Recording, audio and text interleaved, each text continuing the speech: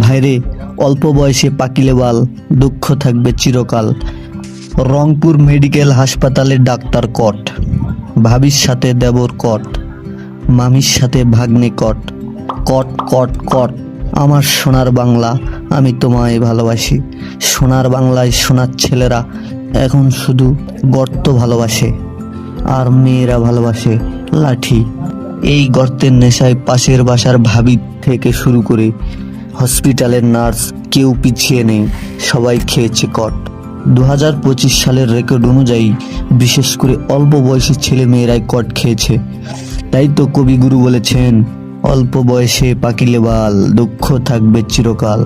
সময়ের পরিবর্তনে, যুগের বিবর্তনে এই কট খাওয়া যেন একটা নেশা। অল্প বয়সে ধরা না খেতে চাইলে তাড়াতাড়ি বিয়ে করে নাও। এসব কট খাওয়া থেকে বিরত থাকো।